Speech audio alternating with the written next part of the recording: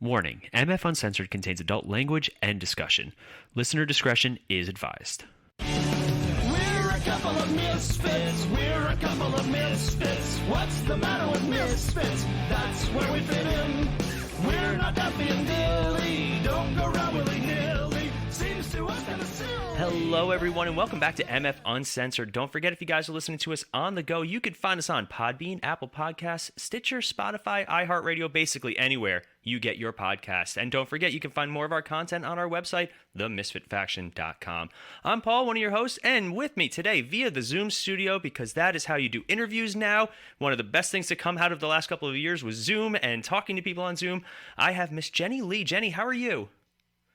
I'm doing great, thank you. And it's a Sunday, we're recording this, and it's just so, I don't know, serene right now here. You know, like there's no responsibilities, and I just feel so free. So yeah, it's all good. It's funny, we were talking beforehand about like Sunday just being the low key, like, see, it's like the secret best day of the week if you know how to do it right.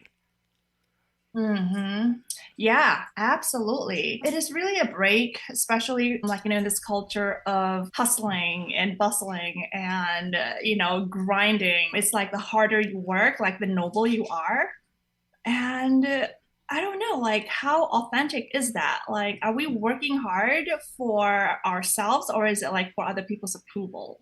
Oh, yeah. Right? Like yeah. It's Wonder. weird. We live in a society today where everybody says that you need to work hard, and hustle and hustle and hustle. And then when you start to be like burnt out or start to just feel it, people are like, nope, you're not allowed to feel that. Just keep going, keep going. I find that taking the days to just kind of, you need a reset. And whatever day works for you is probably for the best. Oh yeah, absolutely. It's not just like about resetting, and I feel that humans are like in this incarnation to just be, Mm-hmm. just like, be human. And when you're like working and hustling and bustling and grinding, I mean, if it's not based on inspired action, and you're doing this for like, a reason that is inhuman, right? Because I want money so I could buy these things. I want more money so I could prove certain things to these people. Like, isn't that like separating from your true purpose as human, right? Living in this world. And that's pretty much like, what I find so much. But then like, if you kind of follow that code, then you're such a good fit to society, right? Mm-hmm. You're such a good person. So that's why I love your podcast, like talking about Misfit. And I just came to this realization a while ago. Being a misfit is really being authentic, just being yourself, in a way that is not prescribed by society. Yeah. Oh, I like that. I like that. I might make that into a t-shirt. I might steal that from you, actually. So, well, it's funny you say that because like we talk a lot about purpose and what you're here to do. Like for me, I know that one of the things I'm here to do is to podcast. It's something that I love and something that I'm super passionate about. Yeah. But then you look at like my dad. My dad has the best work ethic you'll ever meet in existence. Like my dad was working since he was like 7. He's exceptionally successful and, he's done really well for himself, but he loves it. Like, it makes him happy. They're forcing him to retire soon because he just doesn't want to. So, like, some people, that is their purpose, like, to work hard and to do well. And then for other people, it's different throughout. But I feel like people get more rewarded for hustling and working hard all the time. And they're viewed differently in society. Me, I think it's super important to take a breath, to find what you're passionate about and do your passion rather than just work. Anybody can work. But finding like what you're here to do, I think it's much more satisfying at the end of the day. Oh yeah, exactly. Well, the saying, right? Like do what you love and you never work for the rest of your life. Mm-hmm.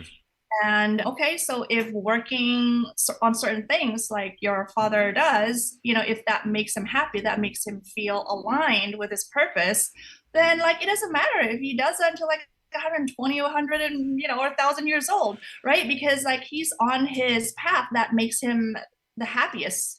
And that's what I wanted to do. So it's like, okay, like I'm naturally an artist, but then like I am forced to work in some corporate, right? That is so misaligned. Right. And on the way, like I would feel so, it's like toiling the whole time, and that is not natural. And so yeah, that's how I feel when people start to have emotional problems, right, mental health issues, or well, actually all those problems kind of like manifested as problems, Hmm. diseases and things like that, right? Because you're so separated from yourself, from your natural self, like what you naturally are meant to. And so, yeah, that's pretty much why like I'm here, I guess. But I'm also, on the path of like still figuring things out, right? I am naturally a teacher, and yeah, I guess like that's kind of like what I've been teaching. I mean, what I've been doing. Like even when I'm with my friends, it's like my nature. Like even when I'm talking, there's like some intrinsic teachings in there. Like even right now, there's like okay, if you notice, oh gosh, so I can't help being a teacher at some point, but it also depends on the environment and where I'm doing it from. So say if I'm teaching somewhere, but like I come from a place of like desperation, like I need the money, that's why I'm teaching here. That does not come out very well for Right. me usually. But like when I'm teaching, because I like connecting with the people that I'm teaching, that's when I'm having fun. And that's when I feel the most natural. I love that. So Now that's thank really you. awesome because like you can do what you do and enjoy what you do, but it's when it's like everything lines up. You were talking about how like being on your path and being balanced. Do you find that that's not just in what you do, but also like who you surround yourself with, the places that you go? Mm. So like, do you try and surround yourself with people that match up with your alignment, or people that need to align themselves? Like, what kind of people do you tend to gravitate towards too then? I like people who are also on the path of bringing themselves and on the path of healing, and who are motivated to look for something bigger than themselves, and who are striving to be the best version of themselves, just like me.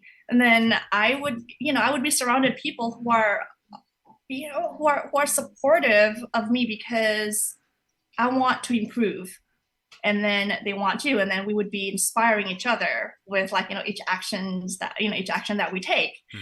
right? So I think that's really important, like compared to people who say in a victim mode. That's really not inspiring, and that would bring me down. Yeah. And so I like people that I have fun with when I'm hanging out with them too, Hmm.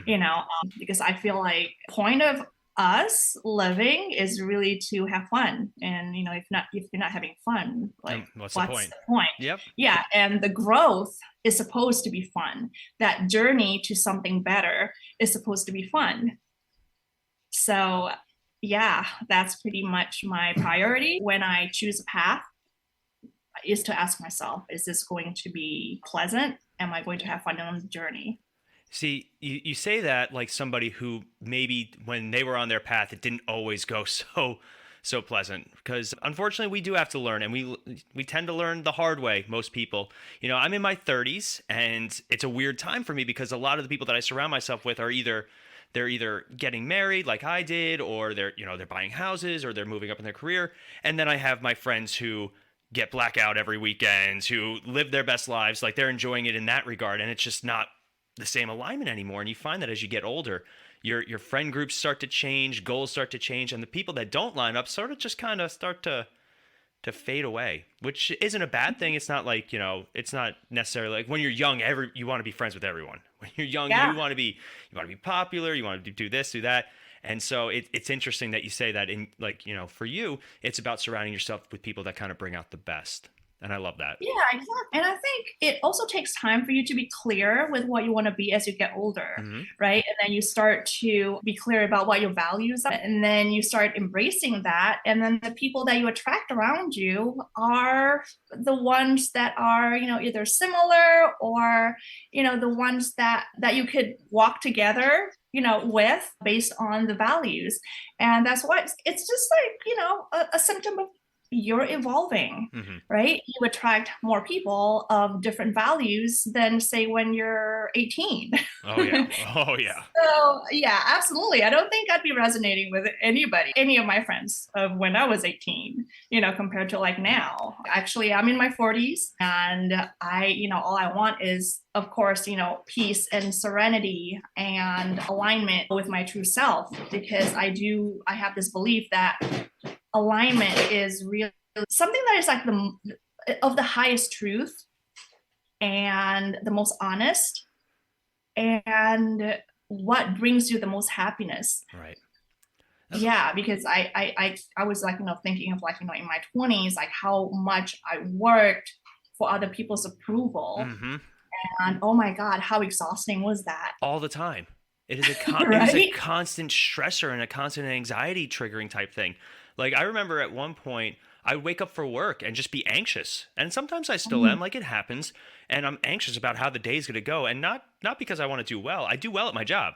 That's never my issue. It's more am I going to get yelled at by my boss? Am I going to do this thing wrong? It's never I'm going to do my job wrong. It's always how am I going to interact with the people around me? And I've gotten much better at it just because, again, it comes with experience. It comes with a little bit of wisdom. But I love that you said, especially the thing about how when you were younger, your friends would interact with you differently. My wife and I, we actually crossed paths like almost probably like a dozen times before we actually met, like in the weirdest possible ways. And then we finally met when I was about 30, she was about 29, maybe a little bit older. And she said to me, like, she's like, you and I would not have been successfully dating if we had met when we were like 21, 22. Like it wouldn't have worked out at all. And the universe put us together when it was time for us to be together. And like to the point where, and the funniest story, a month before we officially met, we were at the same Kevin Hart comedy show, just opposite ends of the stadium. Like the universe was That's really awesome. it's the wildest thing. And I'm not usually one to subscribe to all that stuff. Like, but my wife was like, she's adamant. She's like, the universe was waiting until we were ready, and now we are. So and like challenges that we've had to face, like a lot of newly married couples, especially during the COVID times, I don't think we would have been nearly as successful had we tried doing it maybe 15 years ago when we were in our Oh my gosh, yeah. I completely believe that. It's like that 100%. It's like people that are with us, like who are around us right now, everything really depends on our readiness, 20s. right? And everything that we let in our lives, it's the people, it's the material things, whatever education material that we could absorb, that is because we're ready for it.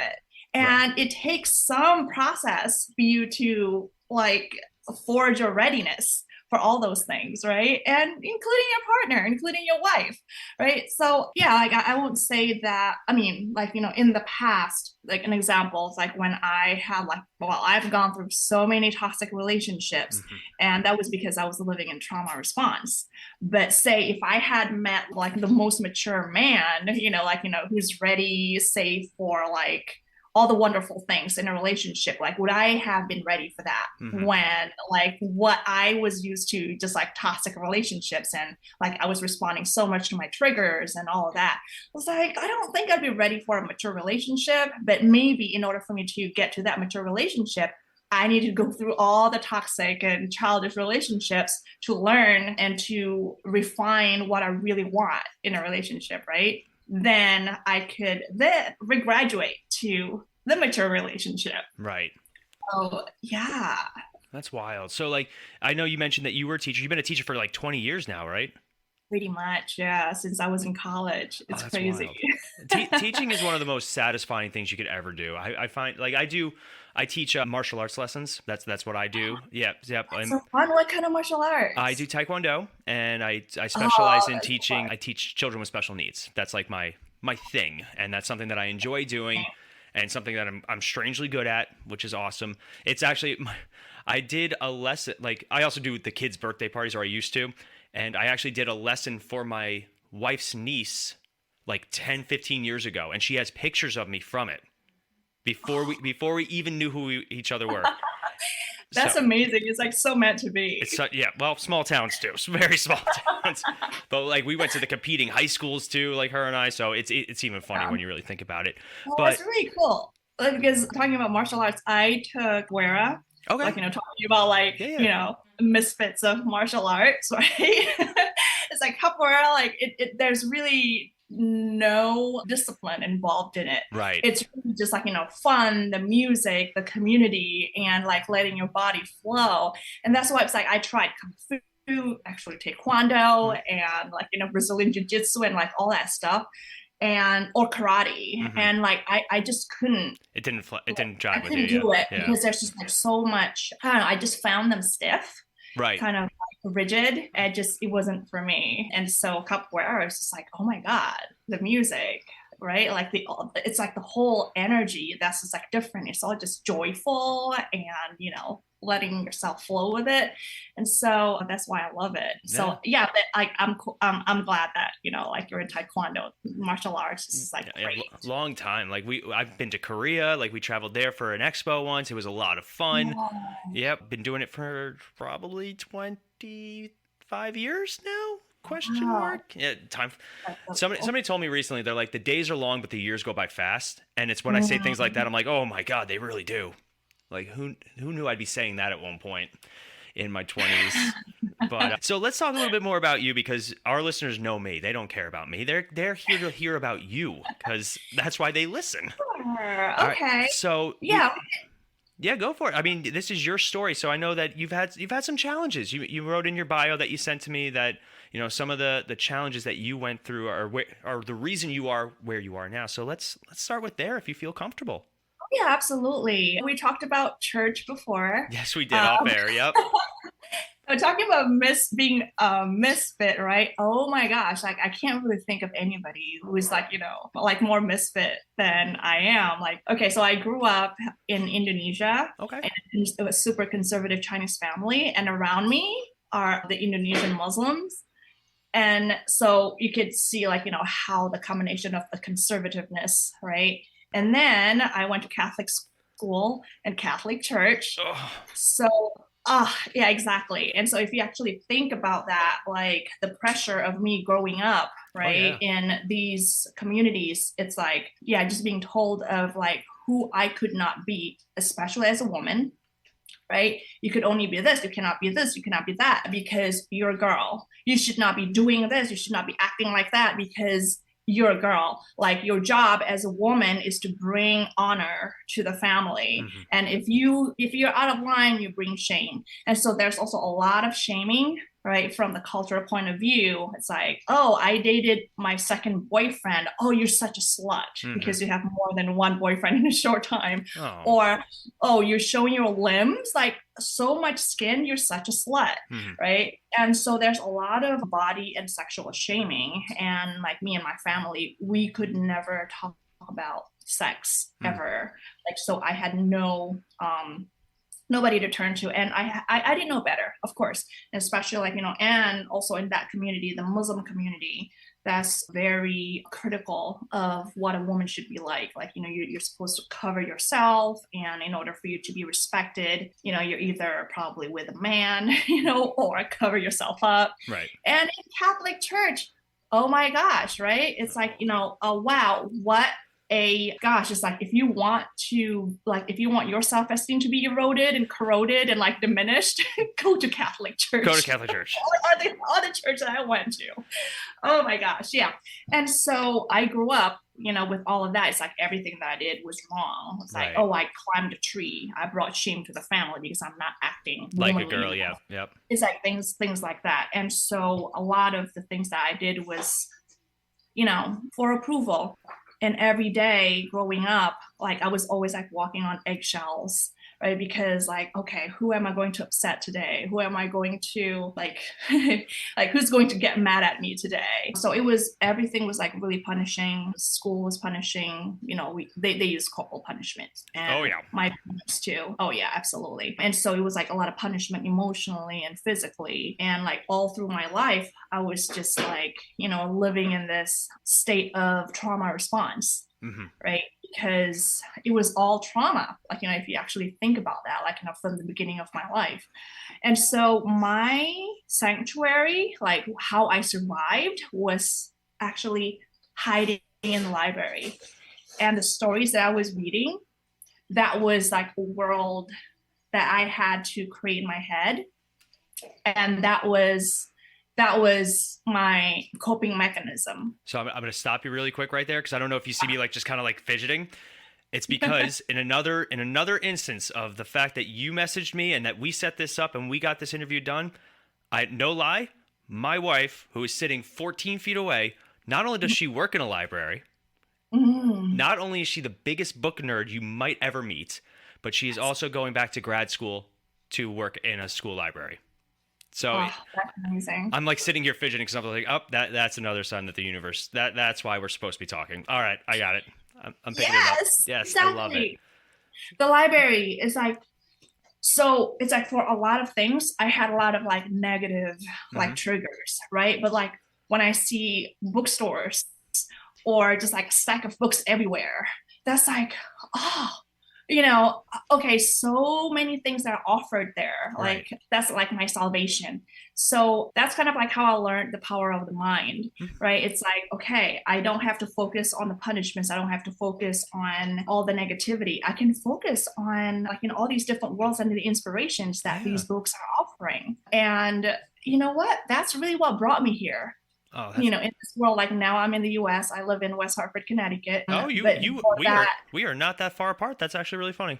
Oh, I didn't know where you were actually. Yeah, we're in New York, so not too. Oh my gosh, that's so cool. I think we were in Danbury like 2 days ago, so like not too far. That's actually really funny. I love Danbury. I feel like we're gonna run into each other at a bookstore at this point, and my wife should be like, "Why are you talking to that person?" And I'll be like, "It's Jenny. You were listening to the interview." So that's really funny. How awesome. Oh, small world. But if anything, like, with my students, like I teach a lot of, well, in inner city school, and a lot of the kids come from violent neighborhoods, gangster, like, gang violence and like drugs and like just like abusive household and stuff like that. And, something that I offer them is, what about like reading this book or maybe watch a movie? Get some inspiration to expose yourself to whatever is possible out there. Because like right now, it's really easy for us to get trapped in this drama, right? Because of like, like a lot of times, the environment that we are born in, like, is not our choice. But there's a lesson there. There's a gift there. And for me, of all like, all the suffering that I went through in my childhood, teenagehood, and early adulthood, it's an invitation, for me to get on the other side, right? And so it was like, and it's also from the movies. I grew up with a lot of American TV series, like, Full House, Diver, and Knight Rider, It's like, oh my gosh, I love those shows. The classics. Not really anymore, because I would look back, I was like, oh my God, that's like the most horrible fashion in the 80s, right? Oh, the worst. You can't. Oh. The mullets. Pops collars, all that. Yep. Oh my gosh. Yeah, but those what gave me inspiration of like the kind of world that I want to live in. And then like so after I finished college, I went to live in Thailand, and I got a teaching job there. I lived there for 4 years. Then I got the idea of grad school, and I went to Wisconsin for grad school, and it was more like an administration, like in education kind of thing, which then I realized it was not for me. And I was more attracted to the philosophical side of education. That's why I never really became an administrator, because there's just too much politics and it is not authentic. Right. It's all this drama there. Yeah. It's like when you actually focus on like, why should we get educated?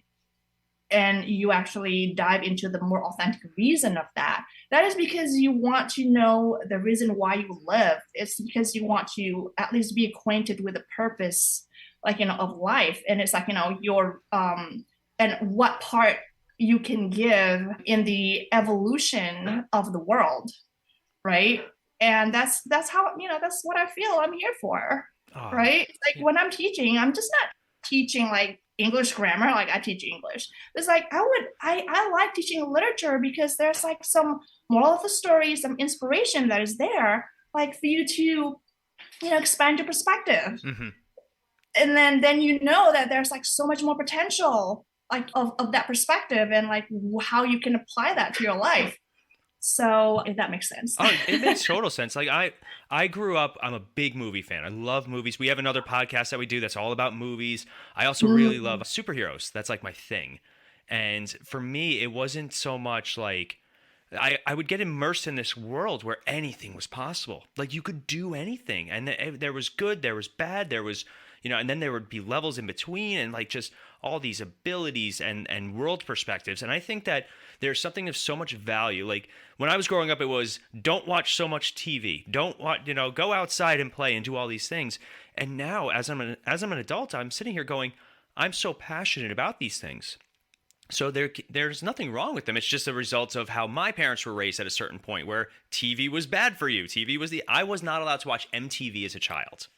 Like to the point where it's so ingrained in my brain that I still can't watch MTV.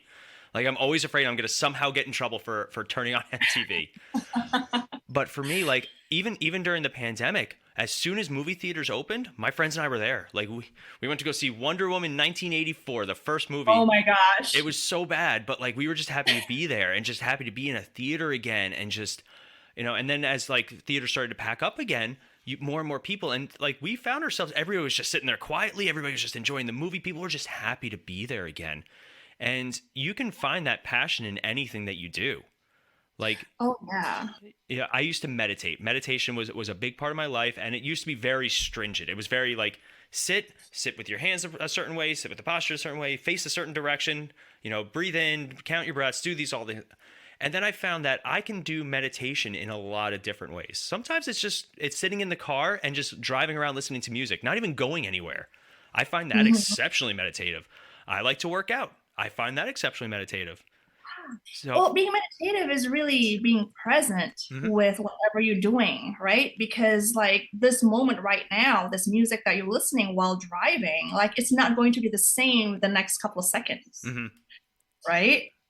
yeah. So when you're like immersed into that and enjoy that and be grateful about like where you are now, that's meditation. Mhm. Like right now, I feel like this whole conversation is so meditative because like I am so full of joy and I'm so enjoying this. It's like yay! Like somebody from New York, we're talking about like just life and you know, Well, that's it's it's one of the reasons that I started doing this show. And like my friends and I do the show together. We have a couple of co-hosts, but when it comes to interviews, I'm always like, I'll do the interview. I'll do it. I'll do it. I like doing the interviews. And I'll go on the group chats and like the Facebook groups, and I'll post. We're looking for people to talk to because I love hearing people's stories because it's not the same as me. no, Like I'm yeah. I'm living my own life. Like I have my own story, and if anybody ever wants to hear my story, they're more than welcome to. But I love to talk to people that have such a different life perspective because I also find that when I talk to people who have a very different upbringing or different life than I do or different circumstances, we still find things that connect in some sort of way, like you and I have been doing during this episode. And I feel like we live in a world today where if it's not the exact same, people don't agree on it in any capacity. And it's very this versus that. And I love finding that space in between where it's like, well, how can we connect on different levels? It may not be the exact same, but it's still the same kind of vibe and the same kind of energy. Oh, I love it. It is all because I think when your focus is on the connection, Hmm. then you can connect in any way. Right. Yeah, of course you're different. And it's like, it's the differences, it's the diversity that connects you because you're curious and you want to know, you want to learn, you want to expand, right? And that's where all the differences, like, serve you, I love it. right? Yeah. So for you though, talking a little bit more about your journey, I know you've dealt with some other traumas past your upbringing, and I believe divorce was one that you mentioned, a little postpartum depression or something. Can you tell me a little bit more about some of that point in Oh your yeah, life? absolutely. Like looking back, I think I like to see how traumas serve you, Hmm. really, especially because like, I am where I am now. It is because I learned, and like those trauma, like the traumas, like to me felt like they kind of catapulted me into a better place because when you're like, all right, at a bottom, right, when you're rock bottom, there's no way but up, right? But then you would want to find a way to climb up somehow, right? And so I would say that like I was a product pretty much of like oppressive culture and upbringing, right? Because but then you know thinking about that, that got me to aspire for a place where I could be accepted for who I am, right? And so, like with the way that I was brought up, like how women are just like supposed to just be there to serve their husbands, that they are like the the nurturer, but then they're also demanded to be selfless and like be slave pretty much for that culture, right? Like be baby factory and all that. And so that was the kind of mentality that I went into a marriage. And like little by little. And so like we already had a lot of problems by the second year of the marriage. But then because I was taught, well, no matter how much like how suck it is, how much suck, like how much that is like consuming you and how much you're suffering in that marriage, but you're a woman, you're supposed to be there for your husband and deal with and it. so I had to deal with like whatever bullshit that I had in that marriage. And like some people was like, marriage is supposed to last, it's like a lifetime commitment, so like yeah, of course you have to be there. And so I held it on, like I stayed for like 10 years. Oh wow. At some point, like it was like the 10th year, and at that time I had already been super exhausted being a mother, and that's when everything kind of crumbled around me, because there's like postpartum depression, and like I was like in this like the lowest place in my life emotionally and mentally. I was like, I had all these suicidal thoughts, all kinds of like inner conflicts that projected, that that was reflected in my relationship with everybody else around me. Like I was always angry, and everything I used as a reason to be angry. The politics, it's like people with like that I thought they're like, oh, you're so disconnected with like the real life. For example, that time I think I was angry about the pipeline, the South Dakota pipeline, because like my mother-in-law like did not know. But it's like, how could you not know about that? Like it's like, yeah, no, it was nothing to be angry about, really. I was just like so full of judgment. But that was really just a reflection of like my wellness, really, because I was exhausted, I wasn't sleeping, I wasn't taking care of myself, and I had this like unconscious story of like me having to take all kinds of responsibility as a wife, as a homemaker, as a mother. But like it was also overwhelming, and after a year and a half or so, it all just like like I couldn't hold myself. Like my ex-husband that time couldn't handle me either. Nobody could handle me. I didn't have any friends. That's how bad it became. And so that's it. Like we separated, and I finally got a place for myself. And that's how I finally got to sit down with myself for the first time and recognize how I've abandoned myself, and recognized what I really needed, which is some love and attention, right, that I had been depriving myself of. And so like from then on, like I took a trip for the first time in a long time. Then I started to like reacquainted myself with the vastness of the world and the possibilities. And that's how I came back to myself, really. I started taking care of myself and started this morning routines where an activity that I love the most. Then I recognized that ability for me to generate joy within me, right? And because the first thing that I do is joyful, like in the morning, that's when your state of the brain is that hypnotic state is between delta, when you're in a deep sleep kind of brainwave, and theta.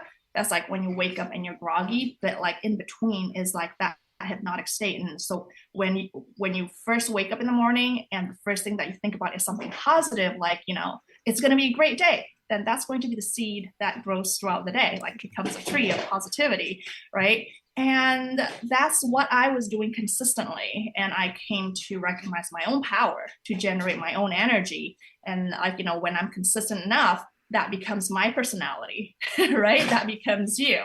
When you start a habit, like that habit becomes you. And so that's how I healed, really. Then I started listening to myself more, and I started creating boundaries. And that's another thing too. Like I grew up with no boundaries, right? It's like, you're supposed to be that as a woman. And like, but like, nothing about recognizing what you want, do what you want. No, like you are supposed to do this in order for you to be supported. You're supposed to do this in order for, so that society accepts you, right? And if society accepts you, no matter how much suffering you have, you are fine because you are accepted. You're doing it right? Yeah.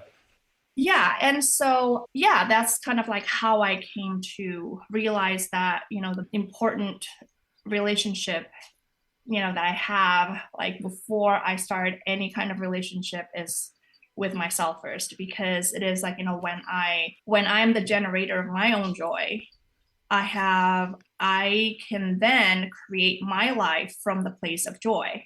And I can start any kind of relationships from a place of happiness and joy. And that's how my life differed. Like before, like I would be like, oh my gosh, like I hate my job, right? Like I would just like do my work and go home and just take my paycheck, and going through the motion like that. But then like I realized it wasn't my job that I hated. Like, it was me and my relationship with myself, because like when I started this habit and, like generating my own happiness, that like my perspective about my job changed.